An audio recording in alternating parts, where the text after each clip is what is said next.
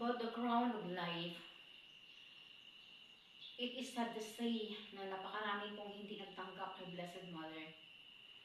Nasabi pa ng Biblia in the Book of Proverbs, dahil ang tinatawag na wisdom ay she, babae,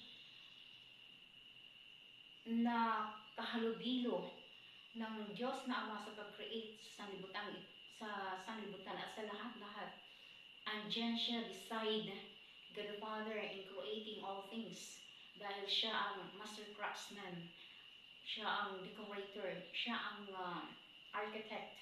No? Naging masaya, nakahalubilo sa mga anak niya sa sanlibutan ito. At yung nag-reject sa kanya, sabi pa ng Proverbs, no?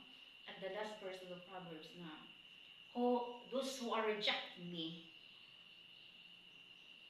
loves death. Si Blessed Mother ay siya ang nagdala ng buhay, no? Para magkaroon tayo ng buhay, the crown of life. Kung hindi natin siya tatanggapin, paano tayo magkakaroon ng crown of life?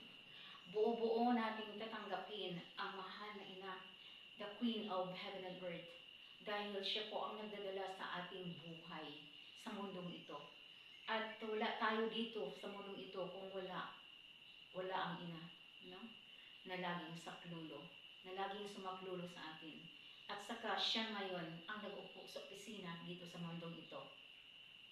Hindi na po si Jesus Christ na nag-upo sa mundong ito dahil kapanahonan na ito ng God Holy Spirit of Truth in the personification of our Blessed Mother. At it is very deep, no?